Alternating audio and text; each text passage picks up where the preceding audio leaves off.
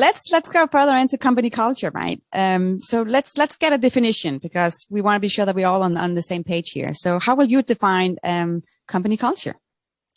It is the cause and effect of every decision that you make, every decision that every employee makes, big and small.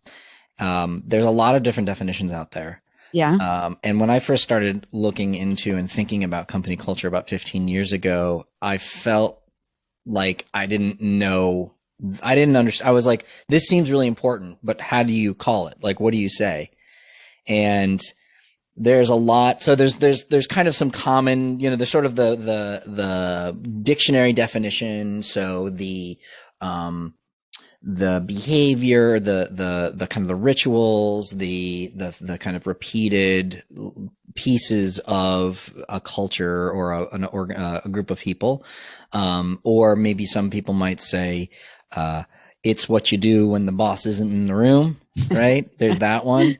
Yeah. So there's all sorts of, and they're not wrong, right? Yeah. Like they're not wrong, but for me, it wasn't very instructive. And so it took me a while to kind of think through this because what I realized it was cyclical. It was systematic, which is why I articulate it that way, cause and effect, because that is essentially the power and the problem or the challenge of culture is that if you're not aware of how you're acting, how you're making your decisions, you could be influencing how other people are making their decisions in an unproductive way. Yeah. So that's the most important piece, cause and effect.